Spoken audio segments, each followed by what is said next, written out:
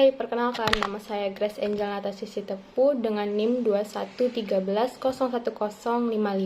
dari Fakultas Psikologi. Di pelajaran agama ini saya akan membawakan materi mengenai hukum, penegakan hukum, HAM, dan demokrasi, serta peran orang Kristen. Kita masuk ke bagian pertama.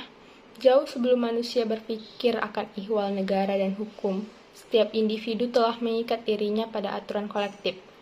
Aturan kolektif dibuat agar setiap individu dalam masyarakat dengan berbagai kepentingan tidak akan menimbulkan pertentangan ataupun perselisihan. Aturan ini sebagai pelindung bagi masyarakat. Nah, perlindungan ini yang nantinya akan membentuk kaidah dan norma yang disebut dengan hukum. Jadi aturan kolektif merupakan cikal bakal dari terbentuknya hukum. Jika kita lihat hukum di Indonesia sekarang itu masih dalam keadaan carut marut, di mana masih terjadi berbagai polemik hukum. Nah, di sini pentingnya peran kita sebagai orang Kristen untuk bersikap etis dalam menjalankan hukum tersebut. Selanjutnya kita masuk ke bagian makna hukum dan hubungannya dengan perlindungan kepentingan dan kebahagiaan. Kepentingan manusia itu sangat bervariasi. Kepentingan yang bervariasi inilah yang nantinya bisa menimbulkan pertentangan antara masyarakat. Maka dari itu diperlukan perlindungan bagi masyarakat. Nah, perlindungan bagi masyarakat ini diwujudkan dalam bentuk hukum. Hukum merupakan perlindungan kepentingan masyarakat yang berbentuk kaidah, aturan atau norma yang bersifat preventif atau represif, baik tertulis maupun tidak tertulis.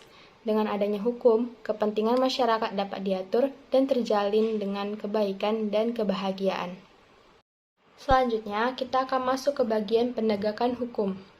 Penegakan hukum merupakan upaya dan proses supaya norma hukum secara kokoh berlaku dalam kehidupan masyarakat dan juga negara.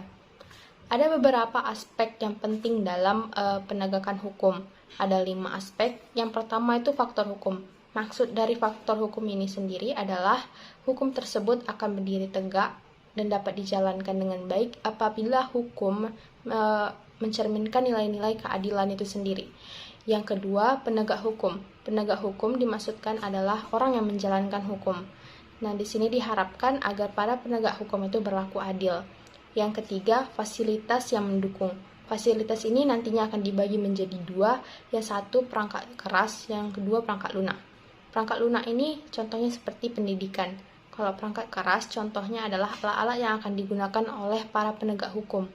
Yang keempat, faktor kebudayaan. Faktor kebudayaan ini maksudnya hukum dikaitkan dengan apa yang boleh dilakukan masyarakat, apa yang boleh dan tidak boleh dilakukan dalam masyarakat. Yang kelima ada faktor masyarakat. Nah, di sini dimaksudkan adalah peran kita sebagai masyarakat Indonesia dalam berperan serta untuk menegakkan hukum tersebut. Bagian selanjutnya kita akan membahas mengenai kesadaran hukum. Kesadaran hukum merupakan kesadaran akan norma-norma yang terdapat dalam hukum yang dibuat oleh pemerintah dan itu berlaku. Kesadaran hukum itu akan menjadi dasar bagi penegakan hukum seperti yang telah kita bahas pada pembahasan sebelumnya. Dengan kesadaran hukum itu sendiri akan tercipta masyarakat yang tertib dan teratur. Maka dari itu, apabila kesadaran hukum dalam masyarakat itu rendah, otomatis pasti penegakan hukumnya juga akan rendah. Sedangkan jika kesadaran hukum masyarakat itu tinggi, maka akan terciptalah suasana yang kondusif dan juga penegakan hukumnya dapat dilakukan dengan sebaik mungkin. Nah, cara agar dapat meningkatkan kesadaran hukum itu sendiri yaitu dengan penyuluhan melalui pendidikan dan yang paling penting adalah dalam prakteknya dalam masyarakat. Pandangan orang Kristen tentang hukum. Tuhan adalah pusat dari segala hal yang baik. Dia hakim yang akan menentukan mana yang baik dan mana juga yang buruk. Kehendak Tuhan dinyatakan dalam hukumnya. Oleh karena itu, kita sebagai umat Kristen harus mentaati peraturan yang ada di masyarakat karena peraturan tersebut merupakan hukum dari Allah itu sendiri yang dinyatakan dalam norma-norma yang ada pada kita sekarang. Nah, adalah baik jika kita tidak melakukan hal-hal yang berlawanan dengan apa yang sudah diperintahkan Tuhan yang ada dalam norma-norma masyarakat sekarang. Selanjutnya kita akan masuk ke bagian amanat kebudayaan.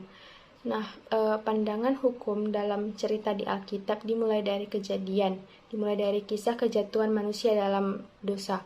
Di situ dosa adalah bentuk dari ketidaktaatan manusia terhadap perintah Sang Pencipta.